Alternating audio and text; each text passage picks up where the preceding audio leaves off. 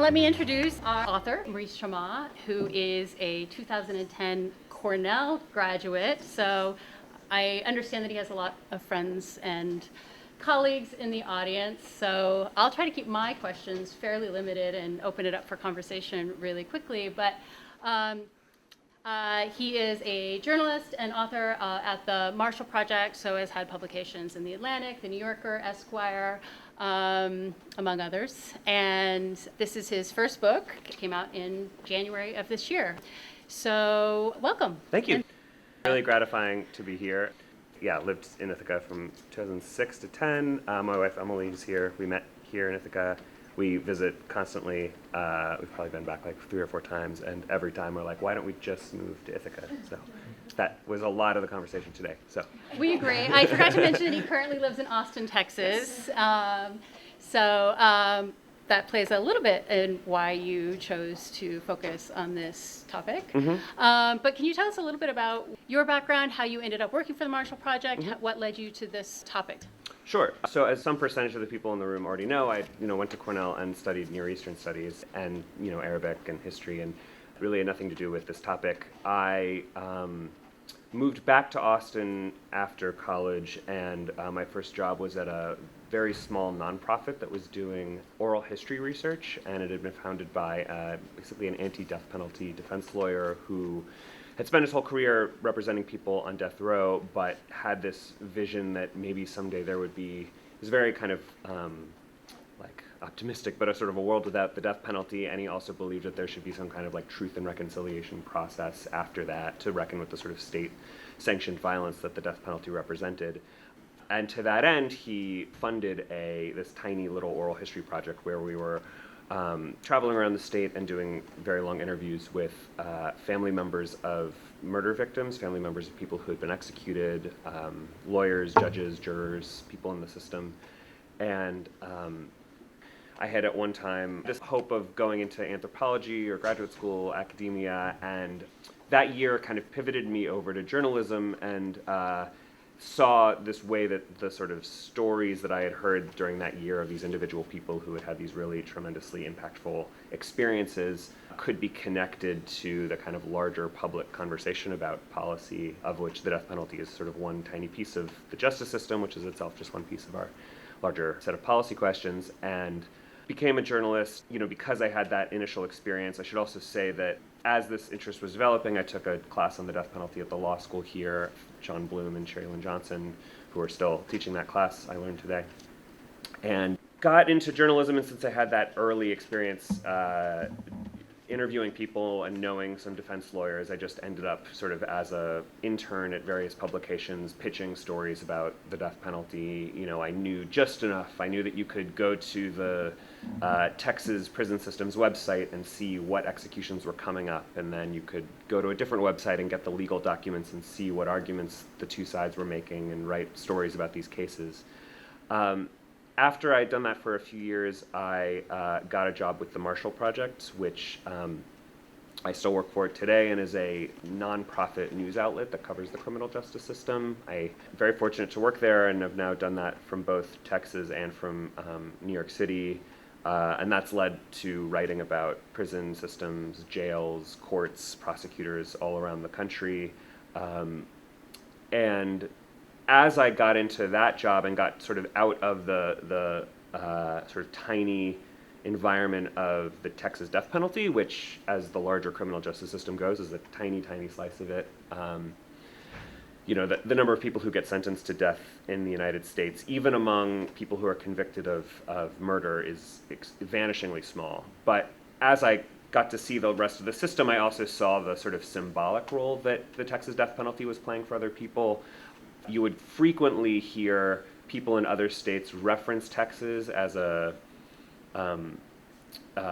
ideal of the most punitive justice system possible. Like I would hear quotes like, "Oh, I wish New York were more like Texas. I wish this would especially be prosecutors or family members of a victim who felt like the person who was responsible for the death of their loved one did not receive the appropriate punishment." They'd say, "Well, if we were in Texas, we would really get justice," was the rhetoric you would hear.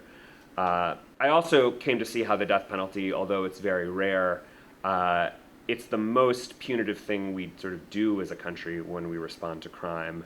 It's the ultimate sort of symbolic expression of the idea that some people are irredeemable, that no matter how much we believe that human beings are capable of change, that we've just decided that there's some people that we don't believe in changing. And then, of course, there's the just very practical, literal matter that, the death penalty has been a part of American life for a long time, and Texas has, very practically speaking, been the epicenter of it. There have been 1,500, roughly, executions since the 1970s, and a third of those have been in Texas. And even within that, it's not even all of Texas. It's like Houston and Dallas and a few of these kind of specific cities where the death penalty was sort of had a lock on the criminal justice system. So I had reported on individual cases, but the Marshall Project allowed me to do reporting that was a little bit more zoomed out. It wasn't just this case, this legal issue. It was bigger trends. Why is the death penalty disappearing? I did one story about how one of the major reasons why it was the death penalty disappearing was because it had proven too expensive, and prosecutors in small towns were admitting essentially that they wouldn't seek the death penalty anymore because it was hurting the wallet of their community too much. And I came to see that, over the last, 50 years, there's been this arc of a rise and a fall. The death penalty almost disappeared entirely in the 1960s, and then it returned in the 70s. It ticked up, and then around the turn of the millennium, it reached a peak, and it's been disappearing ever since.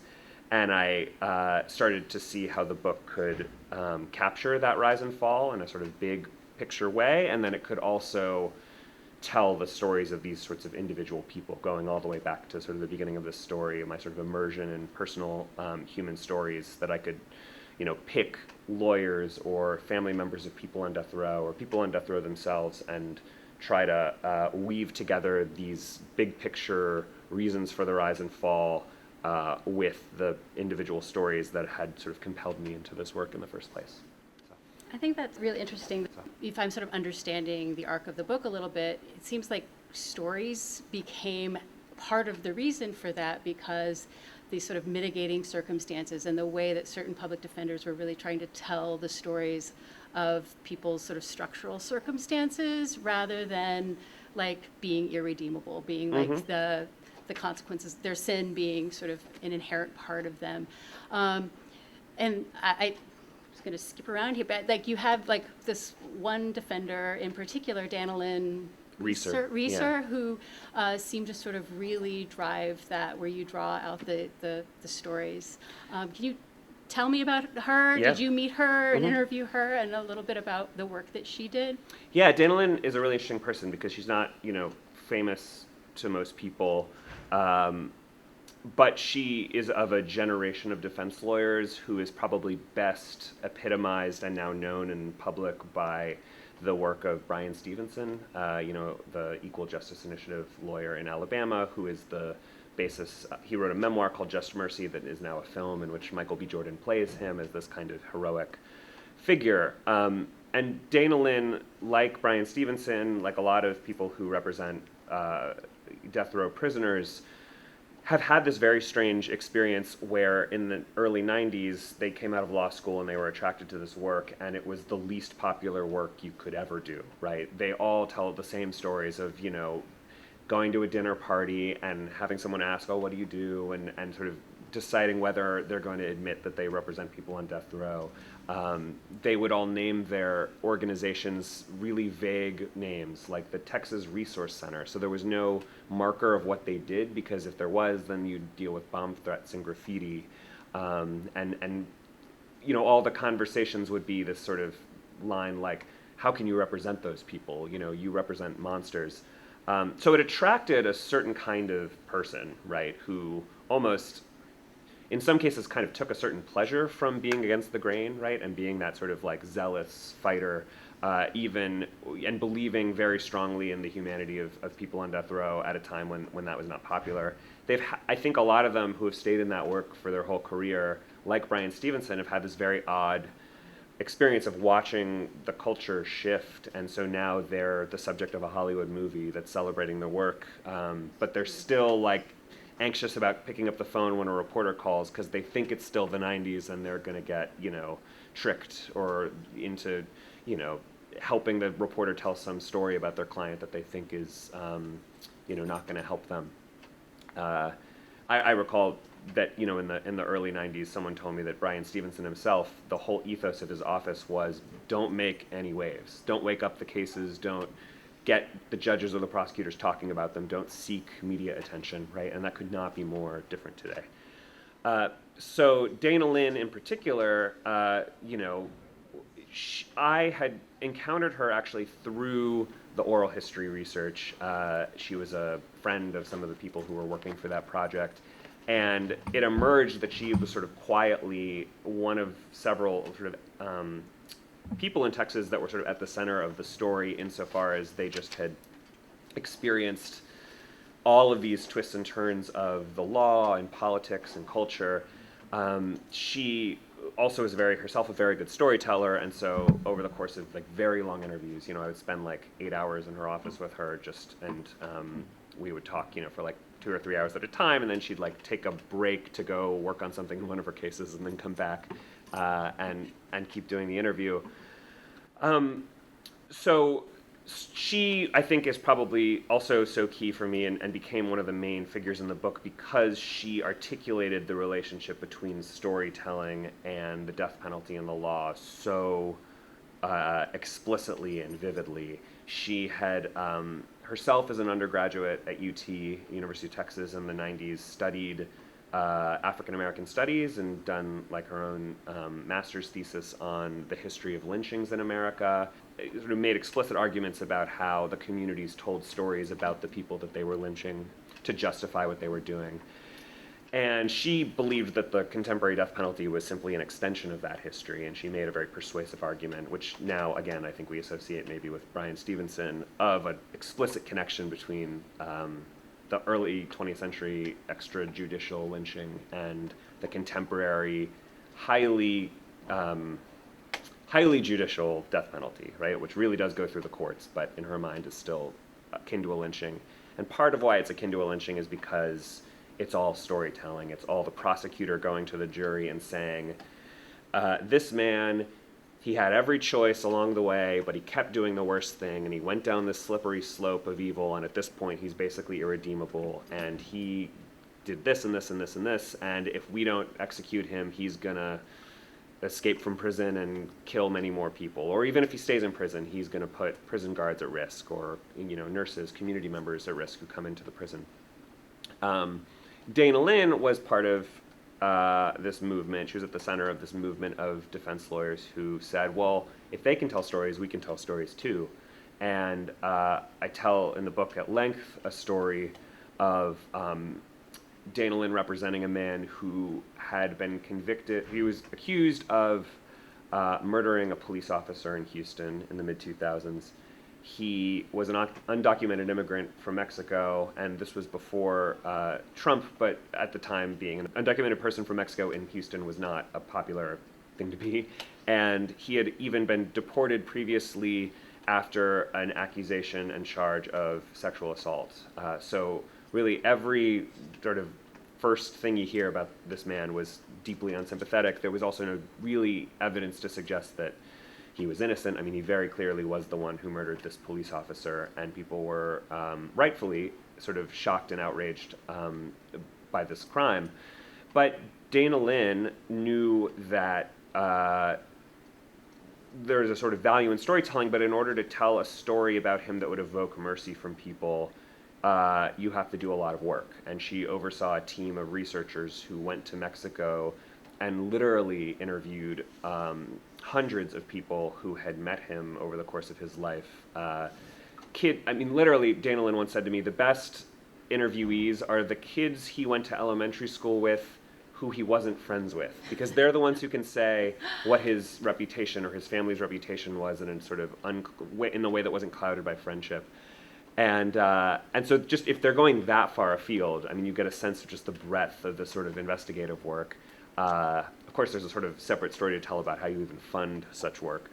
But, hundreds of interviews, thousands of pages of public records, about his experience. And she ended up going to court and telling this story about a young man who had a brain injury at a young age that she had discovered through this work, and also suffered tremendous abuse by his father, and had sort of self-medicated for the brain injury through alcohol, but because of the parental abuse had this horrible anxiety, went to the United States, tried to build a life, very faithful in his Catholicism, raised 2 kids, felt tremendous remorse for killing this police officer, and in fact believed, and she made the argument, and whether you believe this is sort of separate, but the argument she made was that in Mexico, being picked up by a police officer could mean that your life is in danger, right? That there was such corruption, such violence in the part of Mexico that he was from, that when he was pulled over by this Houston police officer, his brain snapped into a place where he was afraid that maybe he was about to get shot, and so he and everything also that he'd built up in his life was about to come undone, and so he, in this moment of panic, shot the police officer, but immediately gave himself up and felt tremendous remorse, and as she argued, wanted to spend the rest of his life sort of atoning for this. And she did not need to convince all 12 members of the jury to spare his life. She actually, the way the law was written, really only needed to convince one person, and also needed to pick a jury of people that were maybe going to be a little more sympathetic to these arguments she was making. And in the end, 3 people voted for, 9 people voted for life and only 3 voted for death. She was so successful in that. And the fact that he didn't get the death penalty led to headlines, not just in Texas, but in Time magazine, saying, "Is the Texas death penalty over?" Right? Like if a man who murdered a police officer in Houston, the city that's most identified with the death penalty, if he doesn't get the death penalty, then how is this punishment going to continue? And of course, those headlines were totally overstated, because here we are in 2021 and the death penalty still exists. But that story to me just captured the way that this decline has happened, because, among many reasons, but a really key reason is defense lawyers have gotten really sophisticated and thoughtful about how they tell stories, and we also, as the public, have become more receptive to stories that are designed to kind of evoke mercy and make us see humanity in people that we maybe at first glance, or the first set of facts we hear, make us think, I could never feel mercy for that person. So. It could turn the other way very quickly, right? Though, because it's about storytelling, it's about like evoking mercy. So, but it makes me think of like the Dr. Death, right? Who was using psychology essentially to make this case that you're irredeemable, and that like how this gets tied up with sort of the history of medicine and the history of religion, and how we sort of see the role of the individual versus like the role of society in structuring and creating that person. And so, like, what can we talk a little bit about Dr. Death? Well, the danger, yes, the how easily that can swing again. It can totally swing both ways, right? And I was talking about the book a few days ago, and someone was like, sort of, with all due respect, I think you're sort of overstating the optimism about the death penalty, and it's certainly when I answer a question in public, that may very well be true. In the book, I sort of attempted to try to tell the story not as like a triumphalist rise and fall, and now the death penalty's gone forever, hooray. It was more, it kind of ends on a bit of a question mark, where we don't really know what the future holds. We do know that there has been this rise and fall, and the death penalty has dropped to levels not seen since the 1980s. And when I say the death penalty has dropped, there's sort of 2 metrics for talking about that. One is actual executions, people who are executed by the state, and that's the more commonly thought about metric, but the other metric that I think is sort of even more impactful long term is the number of death sentences, the number of new people who just committed a crime and are sentenced to death or not. And the number of people who are sentenced to death has shrunk dramatically across the country, and even in Texas. I think fewer than 10 people a year now are sentenced to death, down from, I think the national number was in the hundreds and the Texas number was in the dozens, 20 years ago. So those numbers really have fallen. But it's true that storytelling is an art, and for every defense lawyer who has gotten really sophisticated at doing this work and telling a story, there is someone like Dr. Death, and this is a story I tell in the book. He was a forensic psychologist who became a kind of favorite of prosecutors because he was the best, for them, best expert witness. He would, with very little preparation, come into court and basically say that, frankly, anybody who was on trial was a psychopath, right? He would basically like sit there on the witness stand, and the prosecutor would say, so here's the facts of the case. He did this, and he did this, and then he did this. I know you haven't met him. I know you've never given him any clinical care. You've never even been in the same room alone with him. But based on these general facts I just gave you, which are a highly curated account of basically the worst things this person's ever done, right? The crime that he's on trial for. What do you think? And this expert witness, his name was James Crigson, but he soon earned a moniker. It's not even clear that he disclaimed of Dr. Death. He would say, I am 100% sure that this man is a psychopath, and he is incapable of change, and he most certainly will kill again if not given the death penalty. And there's even stories of him, this is really awful little anecdote, finding out in the middle of the trial that one of the jurors, who's maybe seeming like a bit of a holdout, has a 14-year-old daughter. And so then getting the prosecutor to ask him, well, would this man go on to murder a 14-year-old girl? And he said, and this doctor says, oh yes, absolutely, 100%, right? I've now interviewed all these different people who all have slightly different takes on it, and even the same person may be more and less optimistic about the future based on their personality. But I've certainly had defense lawyers who say, we're close to another swing back to a really punitive system, and it's really bad, and we can't get complacent basically with this work that we've done as defense lawyers. I've also heard other defense lawyers say the prosecution can never tell as compelling a story as we can because we did the work, right? Like, we're the ones who went and interviewed hundreds of people in Mexico, and we know essentially what the prosecutor is going to bring to the courtroom, which is the facts of the crime, which we know, and maybe if this person has been accused or convicted of crimes in the past, their record, their prison record. We pretty much know what stories the prosecutors are seeking to tell, and they're relatively thin stories. And we believe that, like, basically any human being is capable of earning mercy, and we also think that basically any human being who serves on a jury is capable of bestowing mercy. And that doesn't mean it's going to be easy. It may be very, very hard, and we may lose many cases. But overall, over time, we're telling more compelling stories about people that, and we have to, there's a certain amount of faith involved, right? There's a certain amount of, we just have to have faith that our belief in mercy is going to bear out in the long term, right? And it has borne out over the last 40 years. That doesn't mean it will for the next 40. So you sort of make the claim that it's the storytelling that's really led to the decline. Does that mean you sort of dismiss other reasons that people have proposed, DNA or this risk of innocence, or because the people you're talking about they confess to their guilt, they know Right. that and yet that they're still deserving of this mercy.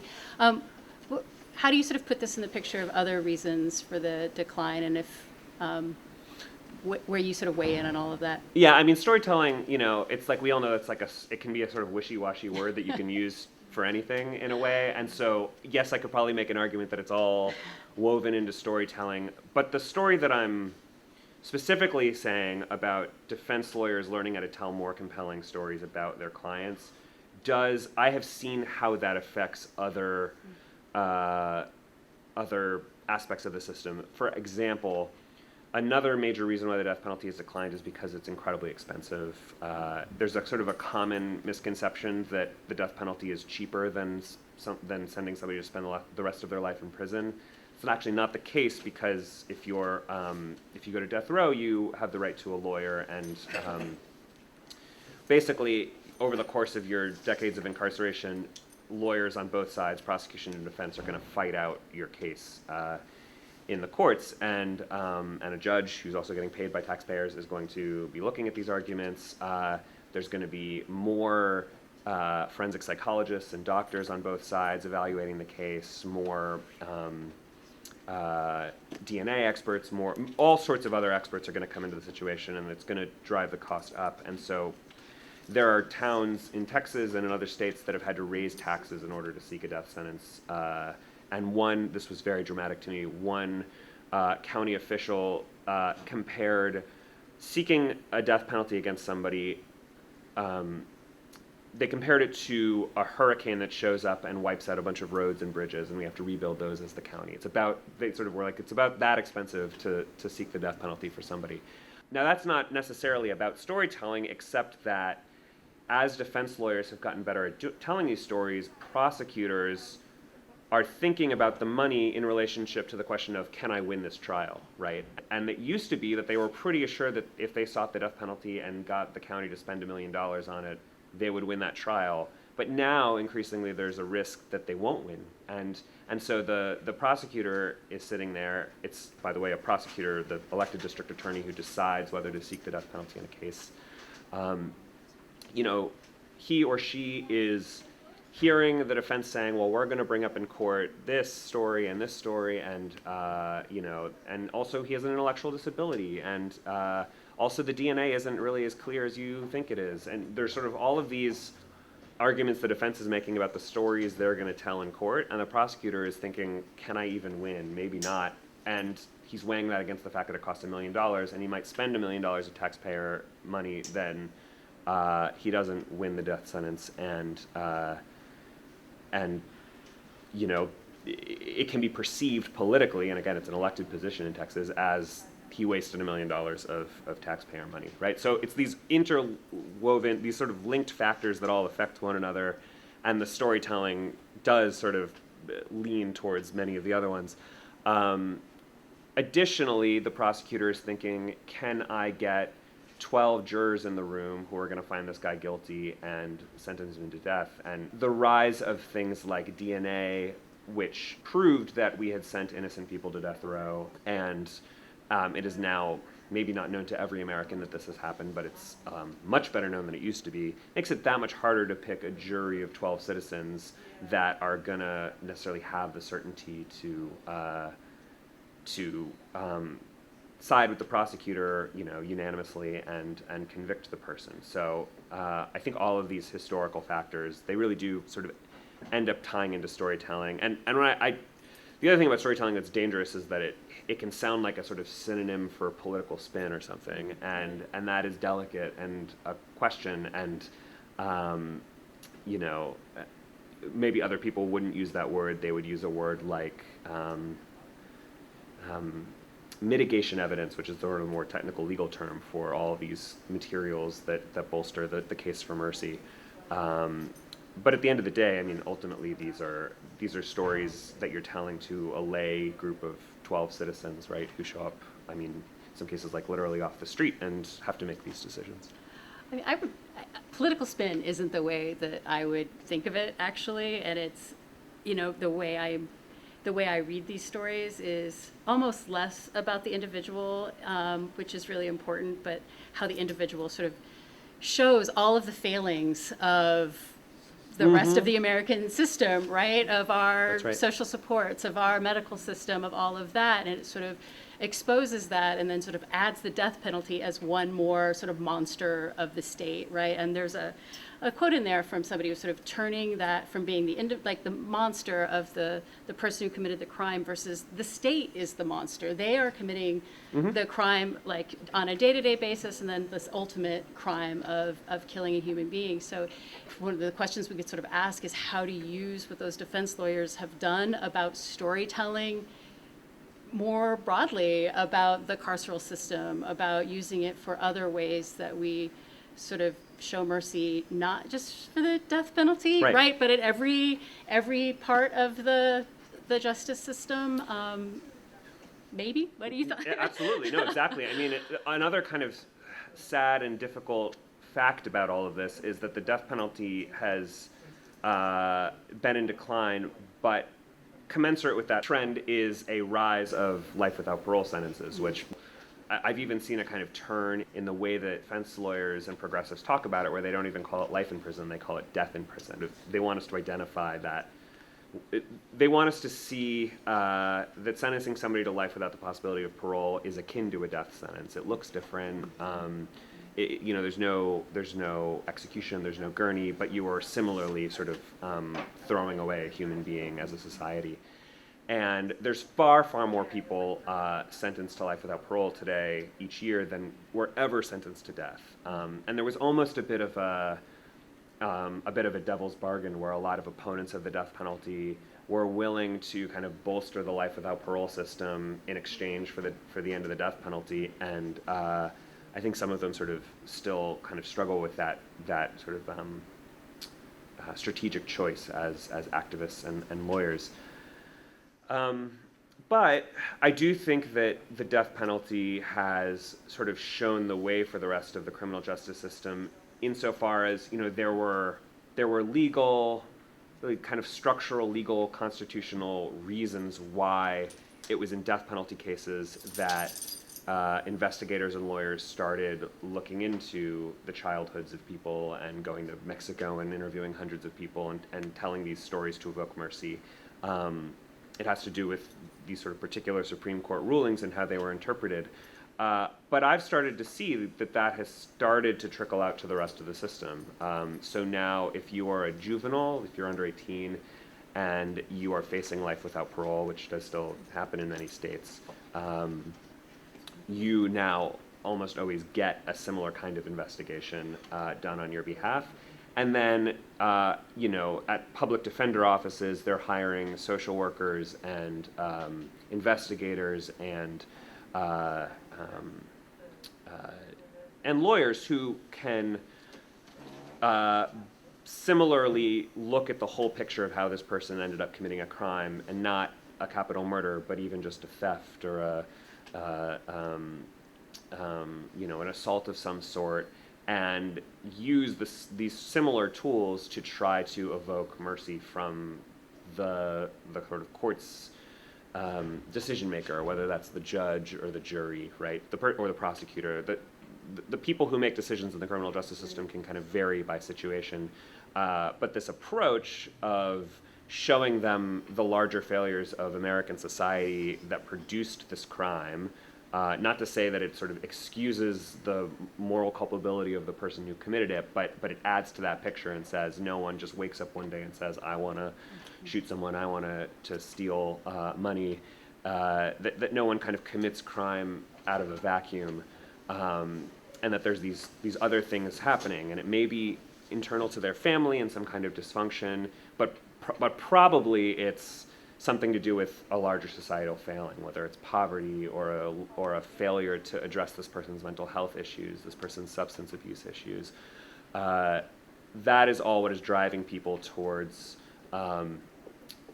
committing crimes in the first place. And I'm increasingly seeing a movement of people in the legal profession on the defense side try to use the sort of path paved by these death penalty defense lawyers to try to earn more merciful approaches, broadly speaking, whether that's shorter sentences or for certain crimes, probation and parole instead of a prison or jail sentence. You're seeing that start to trickle, and it's very slow, but it is happening. And then I also think that it's these defense lawyers in some ways that have started to educate the public about the bigger systemic issues. I mean, we go back to Bryan Stevenson, we were talking about earlier.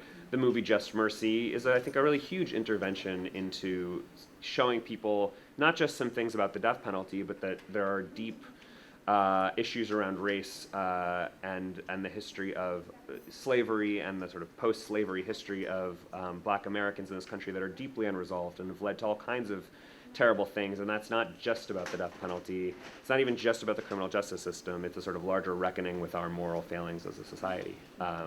So I do think that there's kind of reasons for hope in the kind of larger lessons that these folks, and part of the point of, I think, one thing that was like very motivating for me in writing the book is that there is a bit of hope going forward, right? Like if this was all just about the death penalty system, I may have still written a book about it, but it would have been like so crushing that I'm not sure how I could sort of keep talking about it, for years on end. But I think there's like a lot of sort of hopeful notes in this scene, if not in sort of individual wins in the legal system day to day now, driving the cultural conversation in a new direction.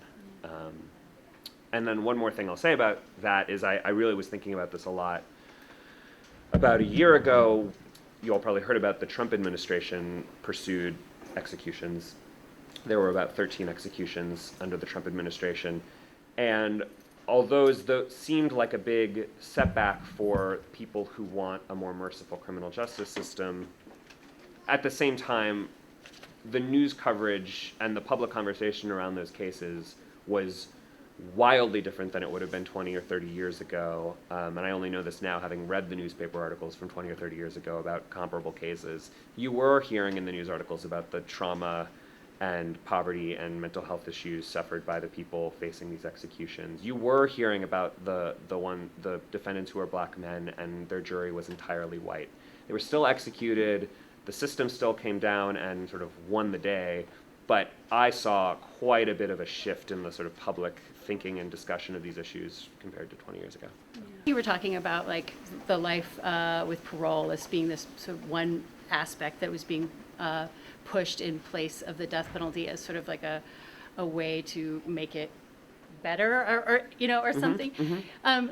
But how does this sort of fit into like an international environment where you're thinking about, well, how are other people doing this in places where there isn't the death penalty and how it came to be that way? Because what I found interesting is one of the other major characters in your book is also not an American, right? You're Klein Stafford. Oh, Clive Stafford Smith, Yes, yeah, Stafford British Smith, lawyer. a British lawyer Yeah. who worked with Danilin for a brief time and also worked in Louisiana doing that work. And so that sort of idea that somebody came over and said, gosh, we got to fix the United States, and people are looking to Texas as a model, how can it fit into sort of a different conversation altogether, where it's like, let's not make life with parole our solution, but let's be Make like the whole Norway, system better, right? right. Like, Yeah, and Clive is funny because, he can in some ways represent the British viewpoint of the death penalty, but he's also just very much himself. Like, he's a very kind of eccentric figure. Like, one of the first stories he told me when I interviewed him was he said he walked into a Louisiana courtroom when he was a young lawyer with this thick British accent, and one of the people in the courtroom, a juror, a prosecutor, something, said, "Oh, you guys really helped us out during the war." And he was like, "What do you mean?" And they meant the South was helped by the British in the Civil War. I don't know the actual history or what truth there is to that, but the sort of "you guys helped us out" makes it sound like it happened, a few years ago, not 150 years ago. It's somewhat horrifying through the laughter, right? Yeah. So anyway, it's really interesting. A lot of, especially younger British, Australian, and European people have been particularly motivated by the inequities of the American criminal justice system, and especially the death penalty. A lot of them have come over, have interned for organizations. There's also an extremely sort of unusual world of, which I sort of recount only in a little bit in the book, of like pen pals, where especially like women from Norway or Switzerland will become pen pals with Texas death row prisoners or just American death row prisoners, and then sometimes that will even lead to relationships and marriages. I think that on the world stage in Western Europe, America is seen as this sort of oddity because it's a democracy like these Western European countries, but it shares the death penalty with Iran, China, Saudi Arabia, many other countries that also have the death penalty and are by no stretch of the imagination democracies. The one really interesting example that I always feel a need to kind of bring up in these moments is that Japan is actually somewhat analogous to us. They have a death penalty, and it is a little more sort of a product of a democracy in a way that comparable to what we have. And I think that often that leads people from other countries to think that there's just something about the American character, that like we are a sort of uniquely punitive people. I think our history is uniquely punitive. I don't think we have sort of genetics or DNA that make us sort of any different than any other country. But our death penalty is a very unique story and a very unique phenomenon because it is the product of American history with its racial caste system that runs, obviously through the entirety of American history. And we're one of the only countries where there's a very punitive criminal justice system, and it seems like it's the citizens themselves who are choosing to make it that way, right? I, some years ago, got to, for a story, travel to German prisons and interview people who worked in them. And I was with a delegation of Americans, and one of them said, you know, what bothers me about this is that the German system does seem more humane, but it's also less democratic, by which he meant in Germany, there is a sort of what we would maybe call a less punitive criminal justice system, but it's also a less democratic system. Lay people do not serve on juries and make decisions about what punishments people get.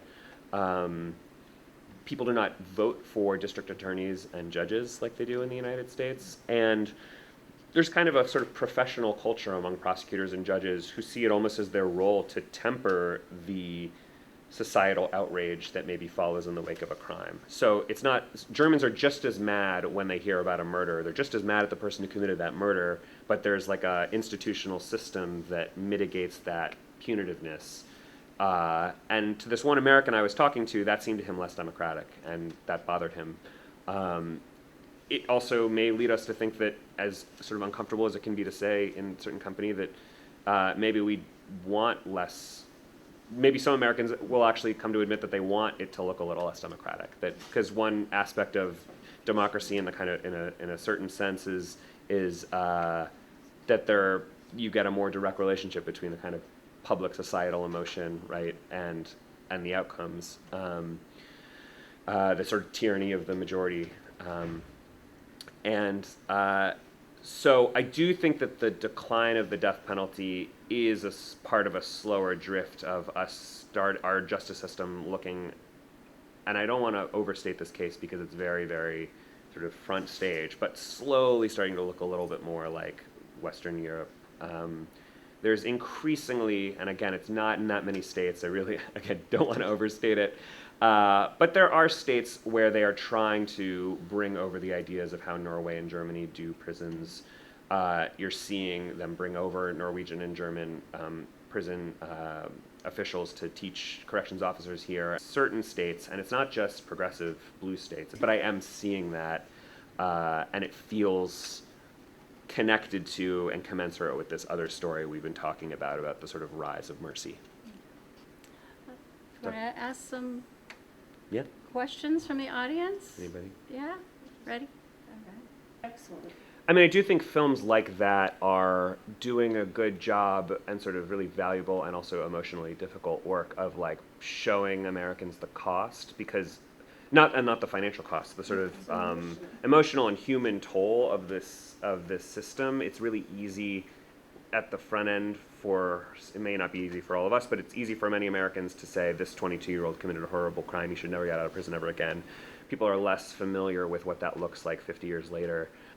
I think what that also ends up showing Americans is, you know, the men who are taking care of him, I mean, people grow and change in all sorts of ways, and some of the most sort of inspiring people I've met in prison are older, it's often been older men who are serving life sentences or very long sentences and have gotten to their 40s, and really just all they want to do is mentor young men who are maybe only going to come in for 3 or 4 years and then are going to go back out, and it's really a question of whether they're going to come back out and be able to find stability and rebuild their lives and have the sort of emotional tools to do that, and or whether they're going to cycle back in over and over again, eventually committing a crime that gets them a sentence like these men. And they're like desperate to not have other men go through what they went through. I don't mean to, I've just encountered this having reported among men. It's also true of women's prisons too. And those stories are really valuable and beautiful. And it's also, there's a bit of a, a tension, because you don't want the lesson necessarily of that story to be, oh, great, we sentence people to 40 years so they can become mentors, right? Like, that's not the answer either. But I do think that there's like just a real beauty, and I feel like I've seen a lot more of an appetite in the last, 10 years, even since I went to college, for this sorts of narratives out there in public of people who are in prison for long periods of time, who are human and have done terrible things and are capable of change and want to help people, and that is very clearly moving the ball forward. Yeah, I've heard that kind of rhetoric And it also shocked me. I did not know until I was fairly deep into like years of journalism on the criminal justice system before I learned that other countries didn't elect prosecutors and judges, and that I don't know if it's entirely uniquely American, but it's almost uniquely, like it's very uncommon. We may be the only country that does it or close, and it creates political incentives right across the whole system. Interestingly, now in 2021, in some cities and towns like Ithaca, the political incentives are running the other way, and that by promising to be humane and progressive and merciful and not seek the death penalty and seek fewer, not seek any incarceration for somebody when the crime is not violent, there's now, I mean, I used to be able to count on one hand or two hands the number of cities that had elected a prosecutor with this kind of rhetoric, and now it's grown beyond my 10 fingers. There's lots and lots of them, including in Austin where I live, Philadelphia most famously, and San Francisco also, Boston too. The ones in, I think, Philadelphia, which is closer to here, Larry Krasner is probably the best known and the kind of like standard bearer of the movement. And then of course you can imagine for everyone like that, there's 10 that are much more sort of unclear what they really think, and they're just maybe talking this rhetoric to get elected, but they're sort of what they're going to do in offices doesn't bear out for a few years. But yeah, I think politics and just the fact that we choose prosecutors is like such an incredibly important element of this rise and fall, because it's the way that our societal decisions get, it's the way that our social views on these issues kind of get expressed. Yeah, it's a great question. I wrote a book proposal for this book in 2016 before the presidential election, and I met with potential editors and publishers, and almost all of them asked the same question, which was, what do you expect to happen with the death penalty under President Hillary Clinton? And it's like, and of course, then what happened, and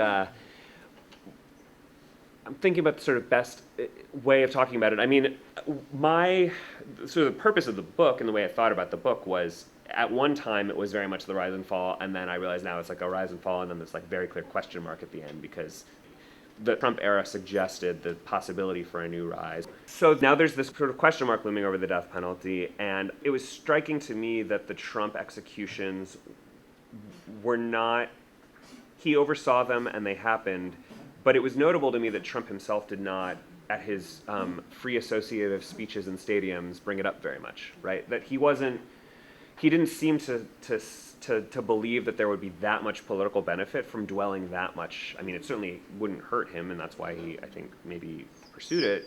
It's certainly uncontroversial, I think, to say that, but he wasn't making that much of it and it wasn't sort of a big part of, there was so much else going on. It wasn't sort of a big thing that he could sort of use as a cultural cudgel, and that to me suggested that the death penalty had sort of disappeared from at least the broad American culture wars. But I do think that although it's a rise and fall, it's kind of gotten down to this, and it could drift at this level, sort of maybe sloping out or maybe kind of plateauing for a very, very long time. The thing is, I also don't see any indications of what it would take to kind of zoom it back up. If Trump couldn't do it, it's sort of hard to see what that would look. It's hard to imagine the future that would look like to zoom up the other way. So then maybe it plateaus and people say, we've solved it. The death penalty is only being carried out for the very worst of the worst. And there's, I think, a lot of people who are progressive, who vote for Democrats, who maybe would say, if you ask them in a Pew survey, do you support the death penalty? They would say no. But then the Dylann Roof case comes up. Dylann Roof, the church shooting in South Carolina, or the Tsokar Tsarnaev case comes up. And I think that those cases really test opponents of the death penalty's sort of personal commitments to the subject, and especially when it's a hate crime, especially when there's, it's a mass shooting and it feels like from a place of like rampant, gun availability. and there's no, the sort of, we talked about these merciful human mitigation narratives, like those have not emerged for Dylan Roof in quite the way that they may even have for Tsarnaev and some others. So I think you're right that it's, when we say rise and fall, it's not rise and fall and end, and I do think that there could be a kind of almost like a freezing or plateauing or a very, very, very slow long tail. I think one more thing to say though is there are a lot of states in the U.S., as I'm sure you're aware, where the death penalty still exists on the books, but it's been reduced to symbol. So New York, Michigan, no death penalty. Texas, active death penalty. But there's a lot of states in between. The ones coming to mind are California, Nevada, Oregon, a lot of Western states, where the death penalty is on the books and people are sentenced to death and they go to death row, but everyone knows that there are no executions and there's no likely to be executions really ever again or anytime soon. Maybe an extremely Trumpist governor is going to come in and try to revive the death penalty, but do we imagine that happening in California anytime soon? Like, at least I don't. Gavin Newsom even dismantled the death chamber entirely in California. There were like these dramatic photos of them like carting out the electric chair and putting it on the bed of a truck and it driving away. So there are already southern states that are very culturally attached to the death penalty, where that symbolic version of the death penalty has started to set in. I'm thinking of Louisiana, where there has not been an execution in some time.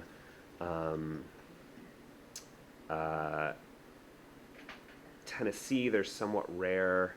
Though they do, well, no, I take it back, not Tennessee. North Carolina, it's like virtually gone, right? And that's a southern state. Virginia just abolished it, and that's definitely a southern state. And that was an actual, like, they abolished the death penalty entirely.